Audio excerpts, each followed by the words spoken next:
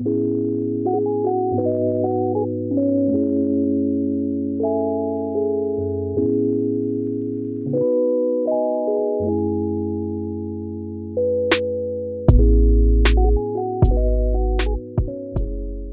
you have children of your own, nieces, nephews, family, friends, or you work with children, as adults, we play a major role in the lives of our children. They're our future, and they're the future of humanity. Now, we demonstrate ourselves every day in front of our children, and we act as role models. And as you know, children, they're like sponges. They absorb everything that we say and do. And from 0 to 7 years old, that's their subconscious brain absorbing everything into their future. So as mirrors, we can help our children understand self-confidence, self-worth, self-belief in what we do and say to them. So we have to be deliberate about how we think and what we say to them and how we support them.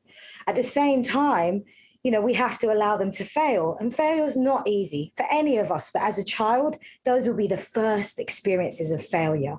But it's important because that's what helps them gain resilience, gains an understanding that they can go back and do better, and that you don't always get it the first time, and failure isn't a bad thing. And this is where we play a major role of supporting them and giving them guidance, but we allow them to make their own choices and grow from those choices and the experiences they have. At the end of the day, creating a powerful mindset is something that we can help support with our young children. In this day and age, it's really challenging. So if we can just say the right things deliberately with good intentions and help them create a better, positive mindset and perspective, we are helping build a better future for this earth. Today, I am really excited. I'm here in the beautiful Mezza Lounge in North London. Shout out to Mezza Lounge. Thank you for having us. And I'm here with the wonderful guest, Adrian Tuitt. He's also known as AT.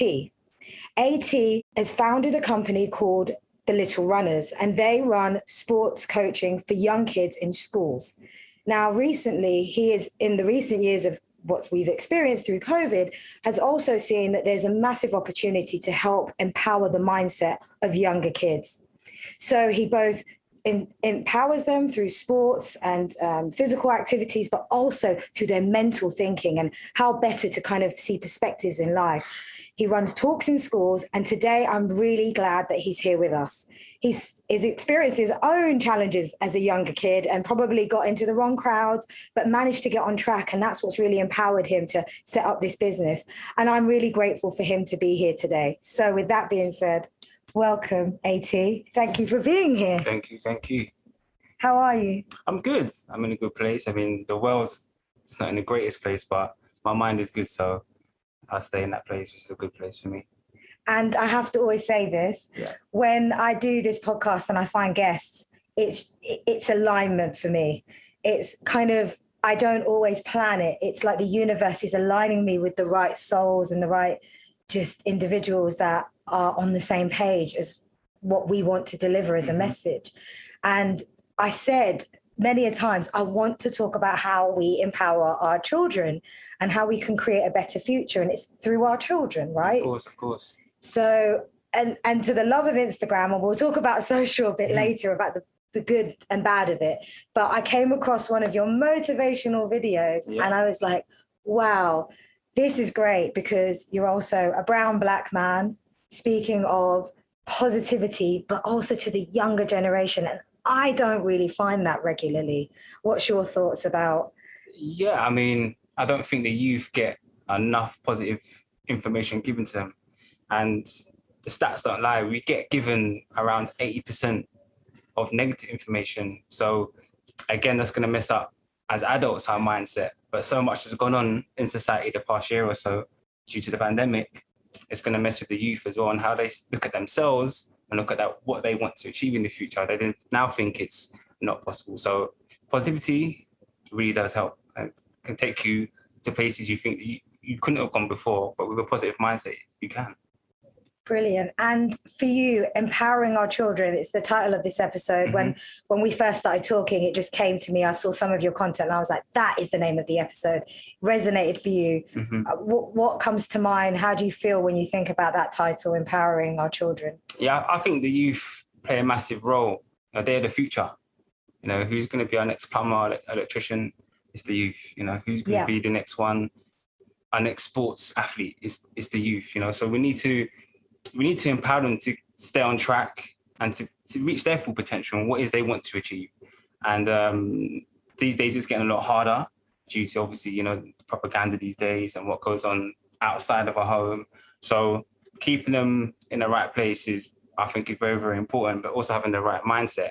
I think that's something that we need to do a lot more, especially more in education. Education shouldn't be just you're reading, you're writing, and say science. There should be a lesson on, mindset, because without the right mindset, how can you try and elevate yourself in the field if your mind's not in the right place? So many gems there. We didn't get taught that in school. It's not being taught in school today. I always couple that with meditation and how to be still and not overthink, because I think that they are, correlated. Positive mindset and being able to just be still and not always just kind of overthinking. If you can kind of tackle the two, you can be very powerful, because it's here, isn't it? It's being able to just compose oneself. Yeah, like you said, it's all it's in the mind. And the one thing I always thought that, the strongest muscle was my chest or my leg, but really it's your mind. Your mind is the most powerful muscle that we've got, and we need to train it. We need to develop it. Yeah. Because that controls everything, our actions each day, our movements. Me speaking, it's the mind telling me to speak. So once you train that, you can really, personal development. We started from young, then we've got a very powerful young generation growing up. They can all teach each other as well. So yes, the brain is important. And I love that, because also sometimes our mind, our ego is what takes over our heart space. And I'm very big on the whole follow your heart. Yeah. It's the t-shirt today. Love your t-shirt. Yeah, thank you. It was meant for today. But if we want to follow our heart, sometimes our mind says no, because it's past experiences, bad experiences. Mm-hmm. But I want to just stepping back and just going, okay, the way when I see you and I talk to you, I can see the youth going, he's kind of cool, yeah. You can resonate, with what you're saying, and you're easy to understand. And I think you talk in a really just not patronizing language. Mm-hmm. There's also wisdom in when you talk and even in your video content. So what really, got you down this avenue? Because you started with the sports, right? And then you moved into the mindset. Yeah, so sports growing up was my get out. I was never known to be the smartest kid in school, but I was always good at sports. I was actually teaching the teachers how to play cricket or football or hockey. So I knew that was something that I had, that was sort of my gift. But I knew I was good at it, but never knew sort of what a gift was. I thought a gift was Christmas, you get a gift. But I never knew that how powerful a gift is to have one personally that I believe we've all got a gift, right? Yeah. So sport kind of kept me sane. And went through primary school with it and went into secondary school. But I never knew that I could be what I'm doing right now, because back in the day I've got negativity all the time. Yeah. But I managed to stick with my sport. At the same time, it was kind of hard. I grew up in Hackney, and Hackney was known as the murder mile. Yeah, so I remember that. From a place called Manor House straight through to Captain, it was known as the murder mile. That's where the most murders happen. And it was kind of easy to be a part of the wrong crowd. Yeah. Not saying that I never, but at most times I tried to go play with the boys that were playing football.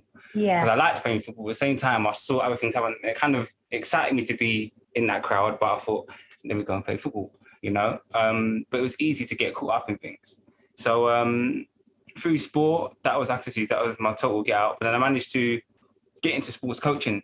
Right. And then with the sports coaching, I managed to set up my own coaching company, working in schools. And I've done that in South London. And that kind of elevated to be quite a successful company. But then there came a point when I wanted to touch kids on the mental side of things, because I found the process of even me growing up, because I suffered with my anger as well. And I had to go to anger management. Do you know, can I just interrupt there? Yeah, I think a lot of male collective, masculine collective, they suffer, because I don't want to point at my brother, but my brother's mentioned it. I know other men that I find the men have that anger issue.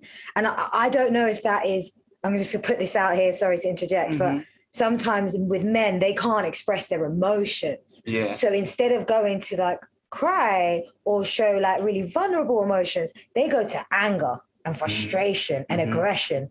What's your thoughts? Was that what you I never actually knew why or how I got angry. It was one of them places where I'll just go blank and then I'll totally just switch. Like in the classroom, Whoa. it happened. I'm throwing tables. Whoa. Yeah, it was quite bad, and I wanted to get out of that actual space. I think it was as well that I didn't feel that I was part of the group that I selected to be smart, because as well in the classroom you get the kids who got the level 5 paper, I got the level 2 paper, and my brother or sister, they were known to be as smart. Right. So even going home and they got all the ticks on there. I think as a whole that got to me as a kid, and that kind of built up a little anger from within. Right. But I never knew that when I get older, I sort of figured it out, if that made sense. Anger of not feeling good enough? Yeah, but that's when the sport came into it, but I knew I was good at that. Right, so it was between the two. But it was hard to sort of understand why I was getting angry. Yeah. But then when I set up my coaching company, there was a process that I actually went through. And the thing is, when I actually set up my coaching company, I was in a bad state of mind. Yeah. Because I had a lot of things going on. Because what actually happened to me was when I was 19 at the time, I was in North London in Tottenham. And this is something that I'll never forget, is that I was at a bus stop and then I got surrounded by around 20 boys. Whoa. Yeah. You know, I grew up around there, so I can imagine what that was like. Around 20 boys just surrounded me. I was at a bus stop by myself. And then I'll never forget it. I didn't feel scared. I thought to myself, okay, what's going on? I sort of knew what was going to happen. But then, surrounded me. 3 of them surrounded me. The rest of them were surrounded. And then that one has pulled out a gun. Wow. Yeah, pulled out a gun on me.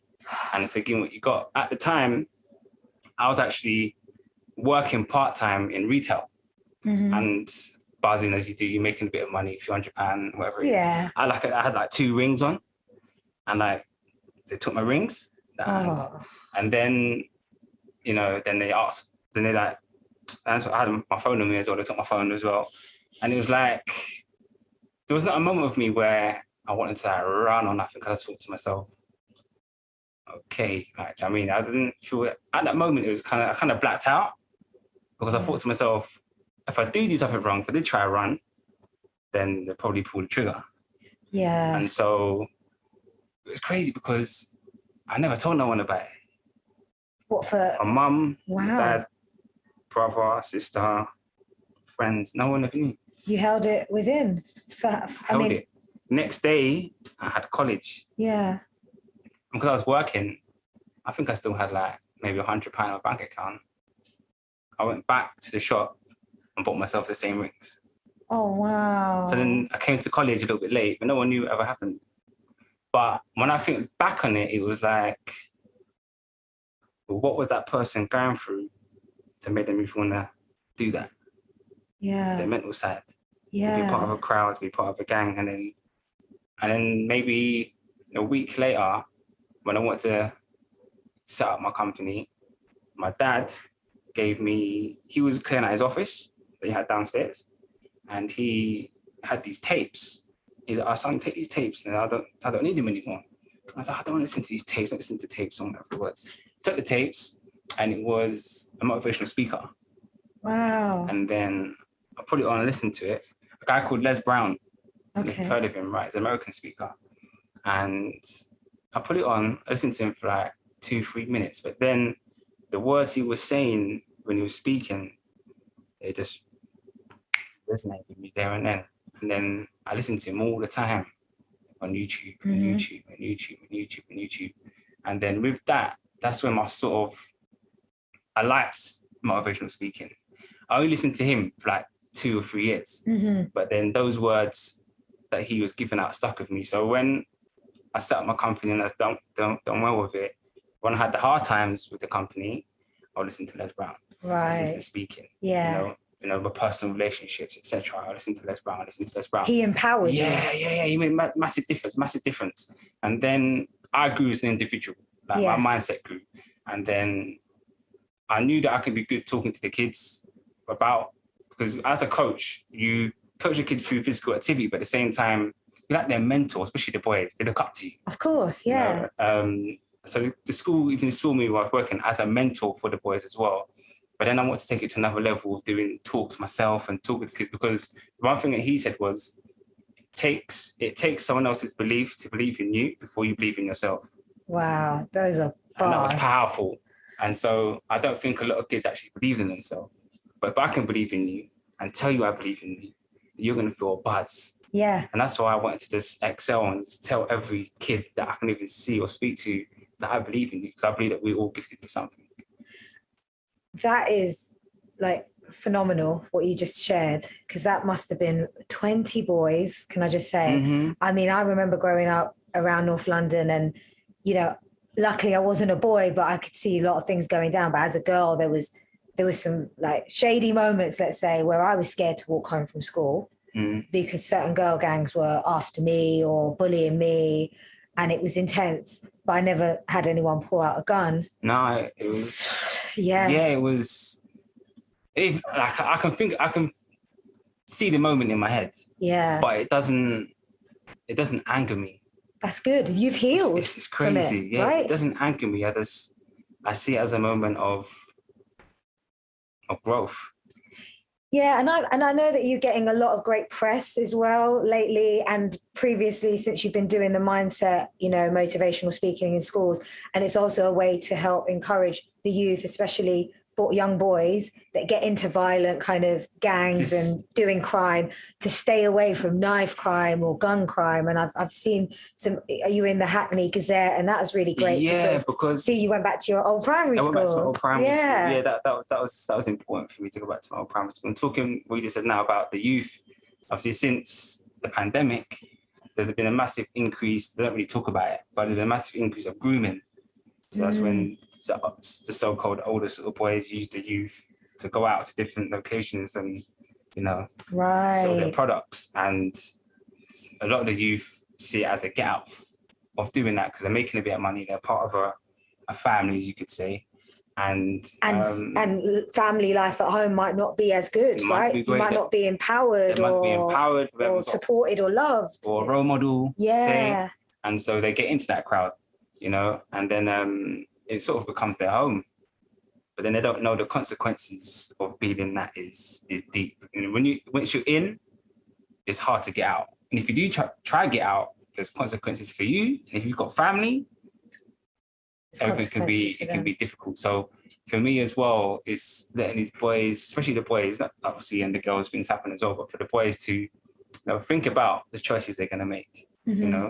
You know, is that something that you really want to do? Like, what else can you do? So if you do go down that road, it's going to be a difficult road for you. You might look good, you might have a nice pair of trainers and stuff like that. Yeah. But the consequences that come behind it is quite toxic, you know. And I have to just say, when I saw the content of you speaking in schools, I mean, it really touched my heart. I mean, we never had that when we were growing up, not in primary school, not in secondary school, not even in university. I don't ever have an experience of that. Okay. And I've never had, from a personal experience, and I think this you might relate, I never had my dad going, yeah, you can do it and I believe in you. My dad was like, he did the reverse psychology on me. Then I was like, right, I'm going to do it. Okay. That was his tactic. It worked on me and my brothers. Yeah. You know, we have to kind of say, all right, Dad, yeah. But it was a different type of psychology. I think it would have been more powerful looking in hindsight to go, you are capable. My mum was doing it, but then I had like two different approaches, right? Like, oh yeah, you're going to be a CEO or that bank manager you want to be or whatever. My mum was kind of doing it. But not to have that in school. We didn't have that in school. It was all about books. It was all about like read the textbook, do the kind of regurgitation, and then it's like a comprehension of what you've read, and then apply it and say that you've read and you understood and you can kind of regurgitate back and show understanding. That's not really life. That's not really training, you know, understanding heart, training brain, and just knowing that you have the capability. Like, if you think about this world and what's going on today, most of us are living in fear and that big age-old thing of lack mentality, if you grow up and someone's empowering, like you go to an empowering talk at school by someone like AT or similar, that's telling you there's no such thing as lack. Your life can be abundant. You have to just channel your mindset in a certain way. Believe in yourself. Yeah. As long as you believe in yourself, you can make it happen. Yeah. Don't be afraid to fail, because it's in failing that you then get the successes. And you don't need to fit in with that crowd. Like you mentioned the trainers, like, do you remember going into school and it was non-school? I had school uniform, but you didn't wear school uniform. And that was the day, it was like judgment day, man. Like who's got Nike Air or who's wearing, and then people look at what? Your swag. Oh yeah, it must be even worse now. Yeah, exactly. Everyone wants the latest, but they call it drips now, don't they? Yeah, call it drip. You got to have the drips. I didn't even have swag in my time. It was just like clothes and clothes. Going back to what you said about the schools wanting their kids to perform and do well, but if the kid ain't got the right mindset, how are they going to work? They're not motivated, how are they going to work? And they're all coming from different homes and backgrounds. Yeah, demographics plays a massive role. So you don't know what's going on in that child's home. You don't know what's happening in the morning or in the evening, or even if they've had breakfast. Yeah. But yeah, sometimes, it's not all schools, but some schools are quite onto them. But you have to look within and see how that kid is performing, not just in school, but outside of school. You don't know what's happening at home. You know, they could be around domestic violence. It could be, there's no food at home. It could be, they're getting, traumatized by certain situations. So for any school, if you want your kids to perform and to try and reach their full potential in school, the mindset has to be in the right place, Yeah, and I mean, I said before, right? Like we didn't have that in school, but now it's happening and you're part of that change. Like it's happening in schools. I mean, like how did that work? What was the kind of reception or, like the response from head mistresses, masters and the schools for doing these talks? You'd be surprised. I mean, obviously to get my first talk was difficult. Yeah. Because head teachers and companies, they want to see the foundation. They want to see, where have you done a talk before? Yeah, and okay. I haven't done one before, but you need to just trust me, I can do this. Yeah. And it was actually a friend of mine who's a deputy head at a school called KAA, Kensington Outreach Academy. He said, Adrian, I believe what you can do, come down to my school. Wow. I didn't need nothing. And I came down there in front of 225 year 7 students. I just delivered. But I acted like I wasn't scared, but I was. Yeah. But then, but the reception was good. I delivered a good talk as well. They were buzzing. The kids, they resonated with me what I was saying, and it was a good response. But I just want to do more talks and be someone that is making a difference to someone, even though I don't even know who they are. Yeah. Having an impact. I mean, now you're obviously engaging with so many different kids from so many different backgrounds, across different parts of the UK, right? Yeah. What, you're obviously speaking to the kids in a big forum, but then afterwards you probably engage with them. They're coming up to you having questions. Do they have specific questions? Do they share any feedback? Yeah, I mean, what I do as well, when I do my talks, I do like a mentoring session. So I talk to kids after the session as well. Cool. What I normally do as well, I stay for the whole day. So That's then really cool. I'll tell them at the end of my talk, I'll be outside in the playground so you can talk to me, Oh, etc. wow. Yeah, I don't believe in just being somewhere and then just shooting off. Yeah, because I always go back to the school as well for a follow-up to see how the kids are getting on. And within the talk, I always just, obviously they listen to what I say, and then they do ask questions. They ask questions, how do you set up your company, or that's interesting. how do I do certain things, and I tell them. I tell them straight, because I believe that I am them, because absolutely. I can say I didn't have, I wasn't the smartest kid.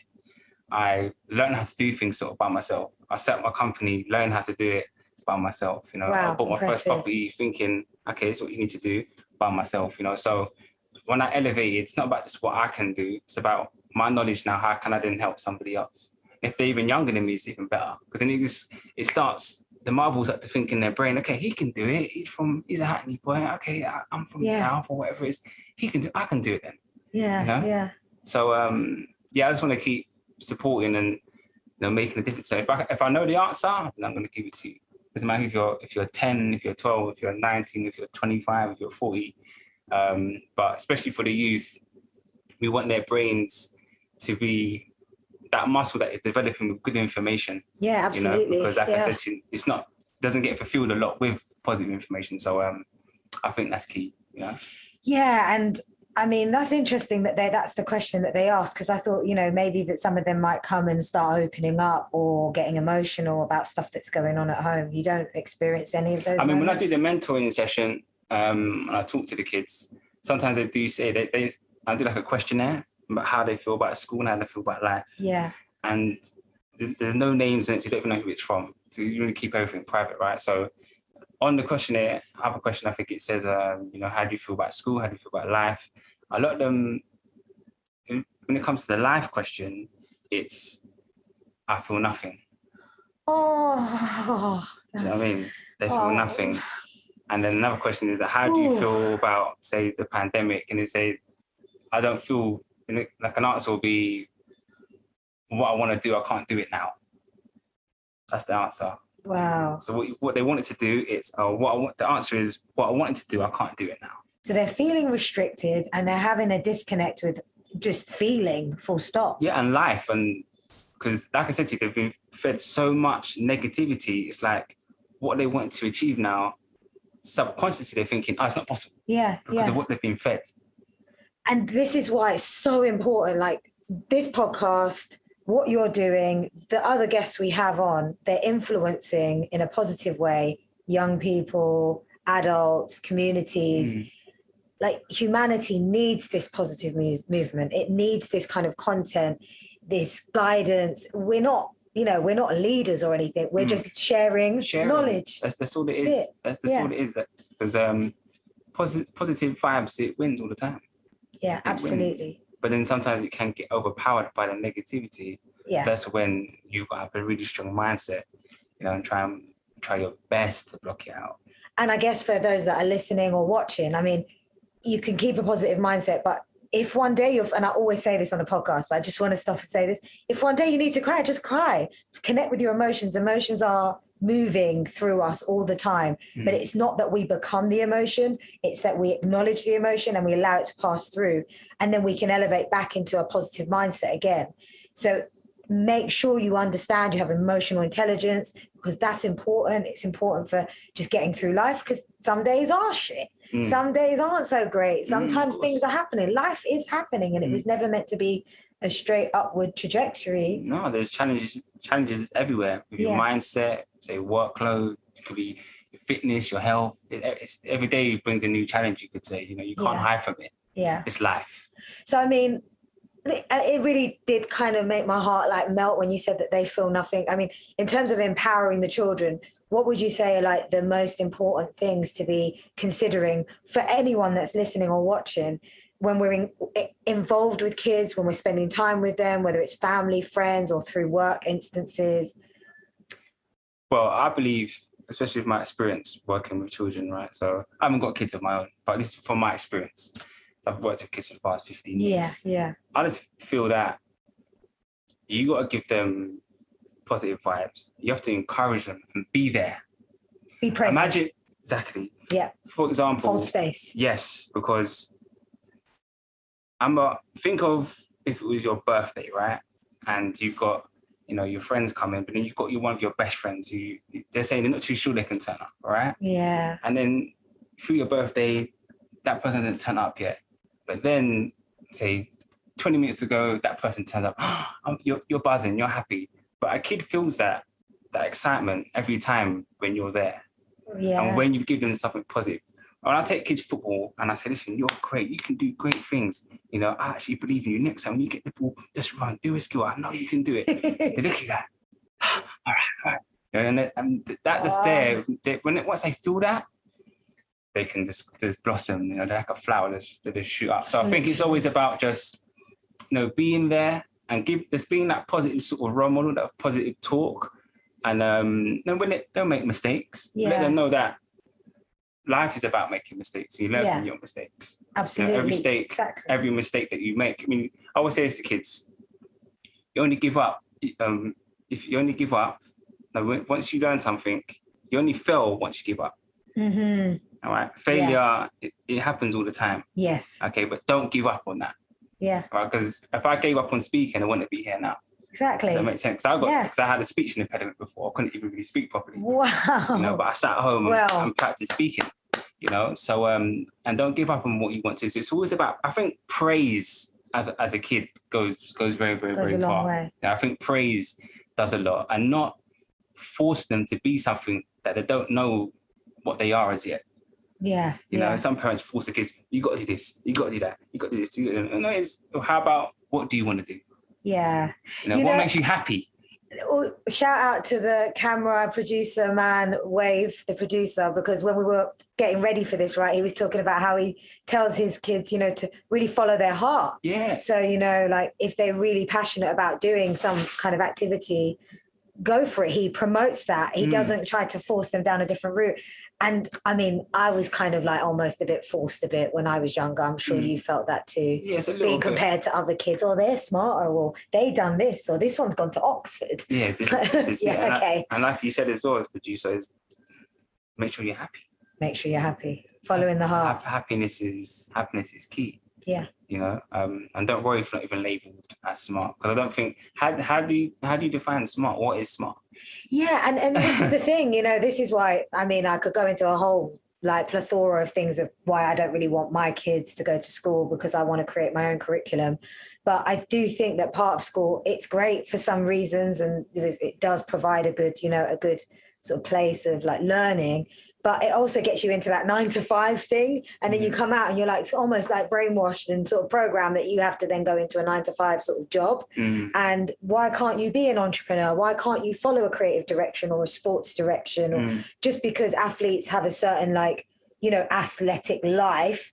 So what? They could do that and then start a business after that. Or likewise for someone that wants to follow artistry or, you know, painting or whatever it is, you know, like, that those vocations, those career paths, there's nothing wrong with it. You don't have to be the doctor, the surgeon, the lawyer, you know, the teacher.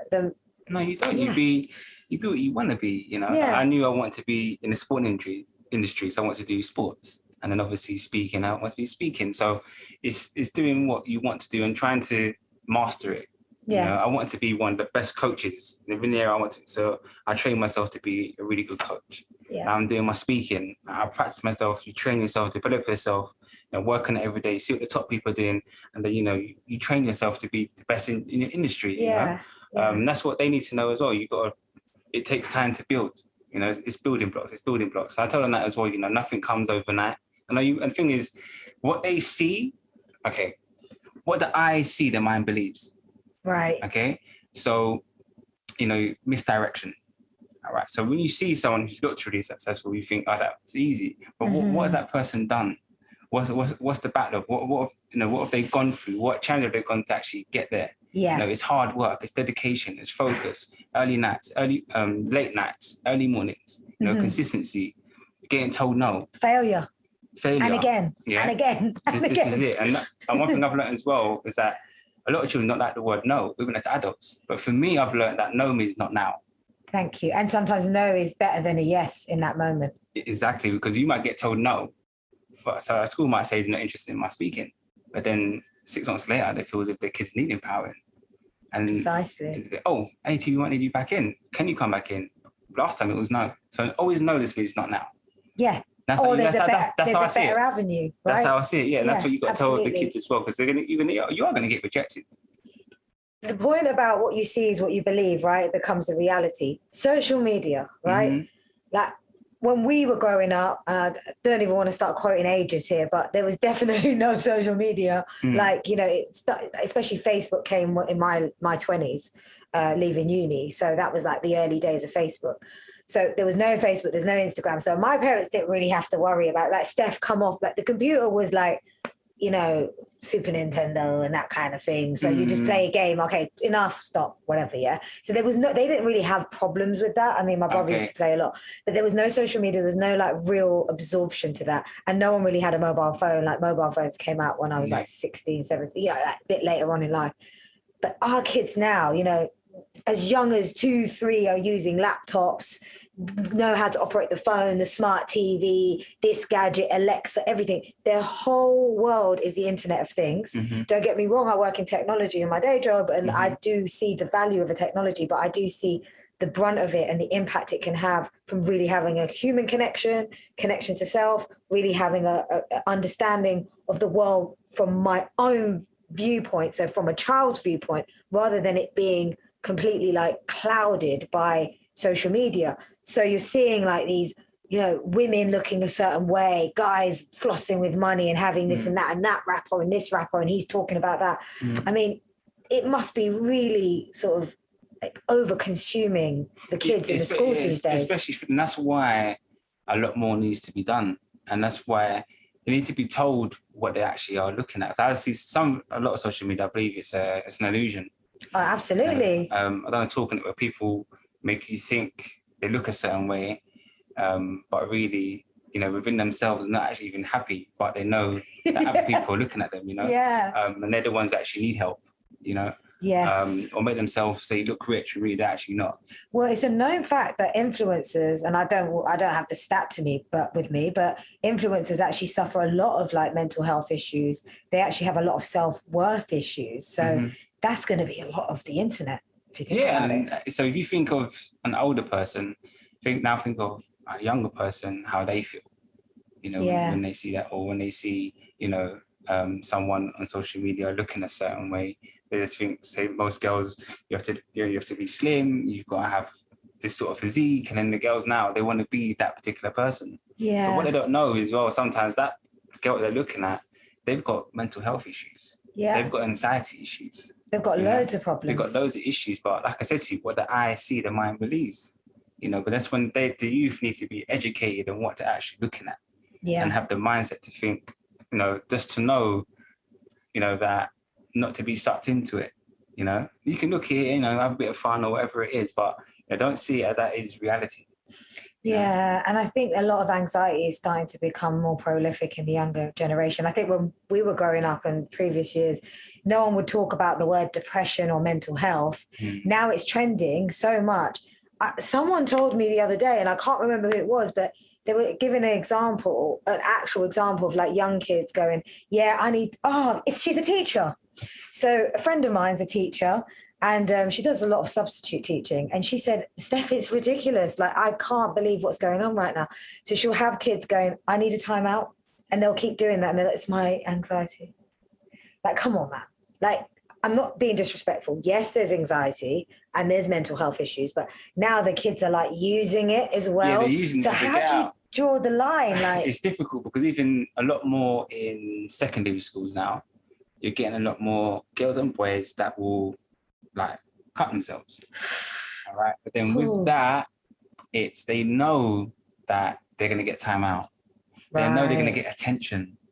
They know they're going to get taken out of class because a school has to look at that as a serious situation. Yeah, of course. You know, but for them, it's to getting the attention they want, it's getting the love they want. And sometimes they do it because they're not getting it from home. From home, yeah. You know? Yeah. So yeah, it's the whole mental health is obviously mental health is important, but then now you've got the youth using it as a sort of a get out to have fun. It's become like a license to kind of be free from and it's typical school life. Yeah, and it's taken away how serious it actually is sometimes with the kids. I don't think they actually acknowledge how serious it actually is because some of them are quite young. That's why it needs to be pushed more in schools so they understand more about it. Yeah. But yeah, it's happening a lot more in schools. Like I said, just slitting up the wrist. It's all for attention. Yeah. It's all for attention. So yeah, a lot more needs to be done in schools when it comes to their mental health and for adults as well, with the whole social media side of things as well. But it's something that we can't stop. Yeah, like the news, the TV and media, I mean, that in itself is very manipulated. I'm just going to say, I speak truth here. I speak my truth, so I'll just say it from how I see it. It's very manipulated. When I look back in hindsight, some of the things I used to look at as a kid, you know, I was being conditioned without realizing. I would not watch any of that stuff now, and I wouldn't want my kids to watch it. I'm not trying to be an advisor to parents because I'm not a parent myself, and we're not here to tell parents what to do. But I mean, if you had like just some guidance to just for people that are listening that are you know, with kids all the time, whether they're guardians, parents, or it's their, you know, it's within their larger family, what kind of things would you tell them to consider? Because, you know, things will go wrong, kids will, you know, and parents might be sort of like critical, like, oh, I shouted at my daughter, I was too fierce, or I was a bit aggressive, or I was a bit too strict, or maybe I've been, you know, too protective, or I've given them too much freedom. So they could also be overthinking the way that they parent or guide kids. Yeah, I mean, well, I think what parents should do, that's I'm not telling them to be a parent, I'm not a parent. Yeah. But we need to understand as well, there's no such thing as perfection. So as a parent, you are going to make mistakes. You might have done too much for your child and let them go out or on their tablet for a certain amount of time. But I think as a parent, you've got to learn from your own mistakes as well, because even as adults, we make mistakes. And I think it's important that, you know, for me, when I go into schools and work with kids, is understanding the child. You know, so it's understanding your child, understand them, you know, understand how they're feeling, their emotions, understand what they like, what they don't like. Listen. Yeah, exactly. Listen. Actively. You know, be a friend as much as a parent to your child, and I think that can make a massive difference. Especially like I know some friends who've got children, they're really on it with their kids. You know, is in the sense, not in a bad way, but in the sense of they like to know, like I said, what their kids like and what they're doing and stuff like that, and being a friend to them more, not as someone who's, you know, like a teacher on the rule, pointing at them and making them in trouble. Yeah. But letting them understand the boundaries of like, letting them understand what social media is, and letting them understand, you know, even, you know, how to do things, or what is it you're going to do when you're older, you know, it's ask them little questions, then you can see how they are and where they're actually at, you know. Shaping them up, and then understanding who they are. And then, you know, like I said to you, always feeding them good information.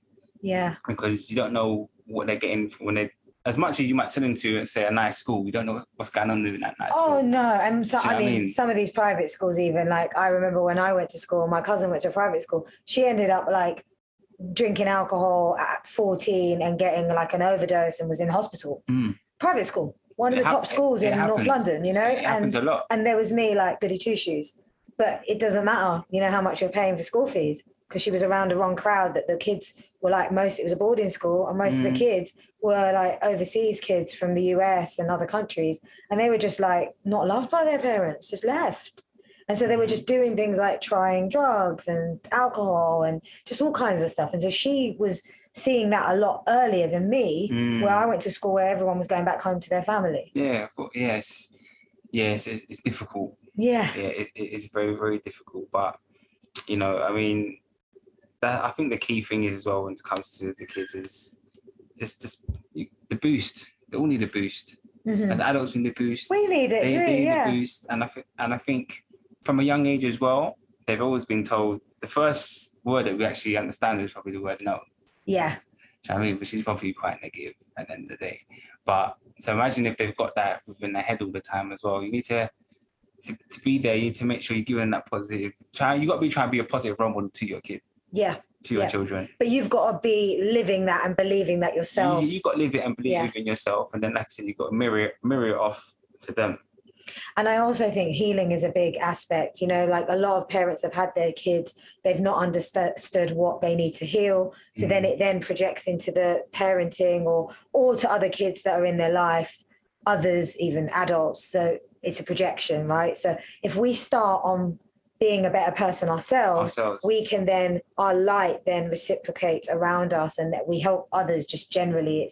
It's the light that illuminates humanity, right? So whether it's a child or an adult, mother, father, brother, sister, teacher, boss. Yeah. I mean, it happens in the workplace too. So you are a mirror of, you know, of reflection of the person you are with, if that makes sense. If it's your kids, you know, they will look at you and see what you're doing. Yeah. You know, and if you're coming across in the right same way, the more likely, not trying to say it's a guarantee, the more likely to be like how you are instead of somebody else. Yeah. That's how sort of say the grooming starts. You know, they're not getting the love and attention, but the other person outside in the street is giving that love, is giving that attention. And then they go off towards where they're getting the love and attention. And then sometimes you might not even see them again, you know? So, it's important to build that bond, build that connection for you and children, yeah.